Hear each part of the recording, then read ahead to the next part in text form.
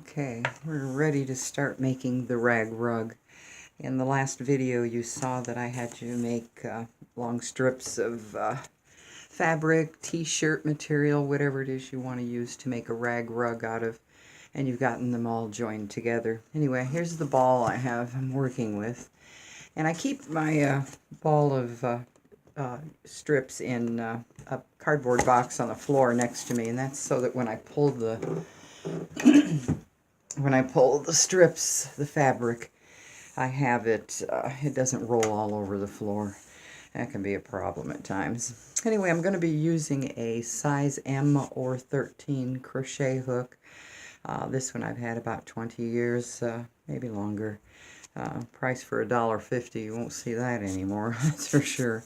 Anyway, I like wood because it gets nice and slick and smooth with time.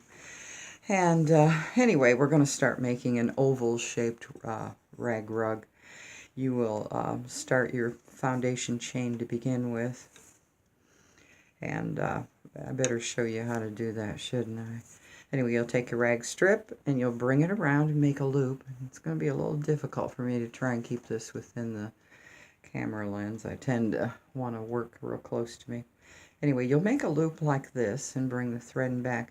Put the crochet hook into the loop and just pull up your first chain. Just as plain and simple as that. Just make a loop. Grab it, go inside that loop, and pull it like that.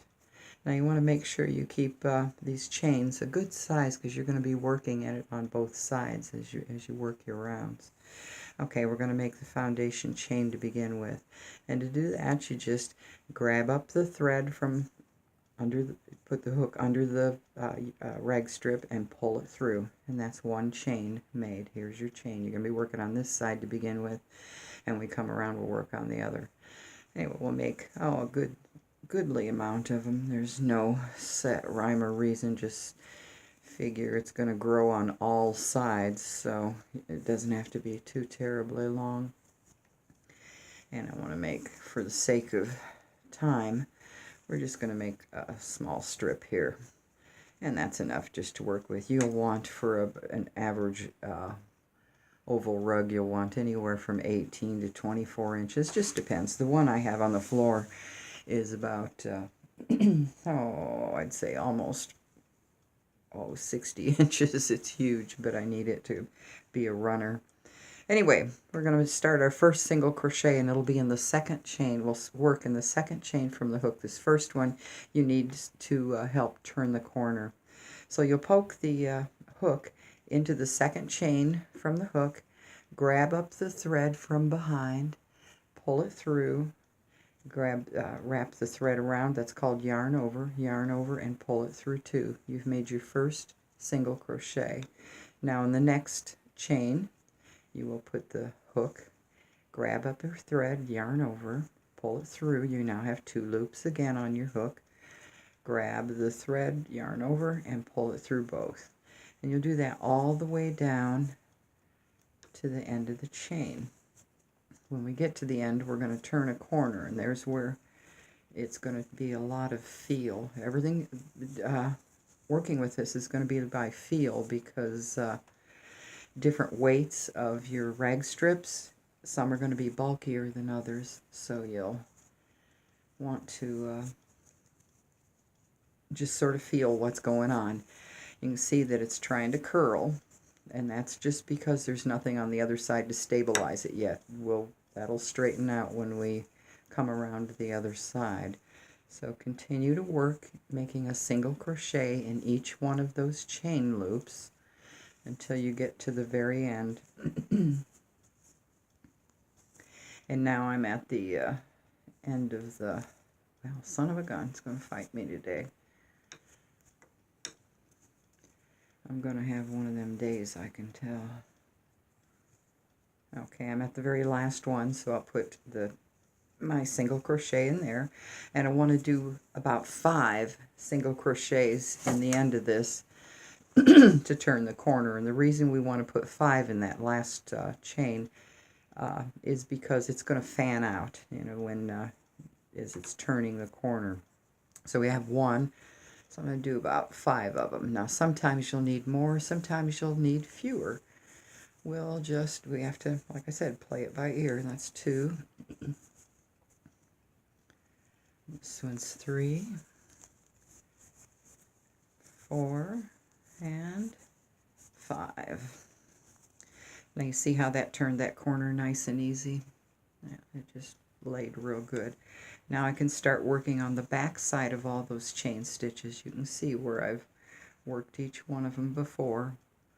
So we're going to work just 1 in each one. So we'll do a single crochet there all the way down to the end where we first started to turn our first corner. And different weights of the fabric is going to make it, when you have something that's lighter, you might have to put more stitches in or fewer stitches. You'll be able to see and feel what it's wanting to do as you're working on it. This is, nothing's real critical in this. Just keep an eye on it. If it's starting to curl, then you need more stitches. If it's ruffling, you got too many, and you'll want to take them out. Okay, I'm at the end where I first turned my corner, and here was that first chain that I skipped. And I'm going to work in that. But first, I can see that as I turn this corner, it's not going to want to make it without pulling. So I'm going to put 2 single crochets in this first, the one I just worked in, and then I'm going to go to the next one, and I'm going to put 2. Hang on, I think I skipped one. No, I didn't. I'm good. I'm going to put 2 single crochets in the next stitch. Sometimes you may have to put 3. It just depends on if it's going to lay. And it's going to need 3 on this one. And I'll show you why. Let me stop that. If I try and jump over to this next stitch, it's going to really pull. So I'm going to put another single crochet in this so that it'll lay flat. And that's much better. And now I can continue going around, and at this point we're just going to keep working around and around and around, and when we get to the ends of each row, this is a nice Hoffman fabric. I like this. They have the most beautiful colors, and the fabrics are nice. They are sturdy, they hold up, they stand the test of time, that's for sure. You can see why that ball is jumping, or a ball of rag strips is jumping around in that box on the floor, which is why I want to keep it in that, because if it rolls across the floor, someone may trip on it, or a cat may get it. All right, I'm coming up to the end, and at this point, I want to start increasing again, increasing the number of stitches I'm using. And here is my first one at the corner, and I want to fan out, and I need to put 2 single crochets in this end, and then I'm going to go to the next one. I'm going to have to put 2 in it also, and these knots sometimes make it a little difficult to pull through, but anyway. And then in the next one, I can see I'm going to need to put 2 again, so I'll put 2 single crochets in the next stitch, and I may have to put 3. I can get away with putting 2 in the next one. Okay. Like I said, this is going to be mostly by feel. Now, what I'm going to do is I'm going to put the camera on pause and work up a round or 2 so that you can see how it's starting to work up, and then I'll show you how to finish it off.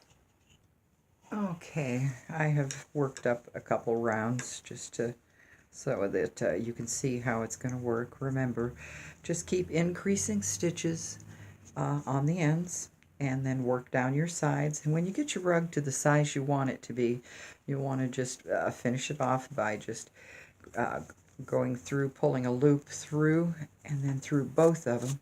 Pull up a goodly amount of rag strip, cut it, and then weave the end in with a whip stitch. You know, just use your hook and pull it through and wrap it around, and you're good to go. And there you have a oval shaped rug. The next video will be how to make a round rug.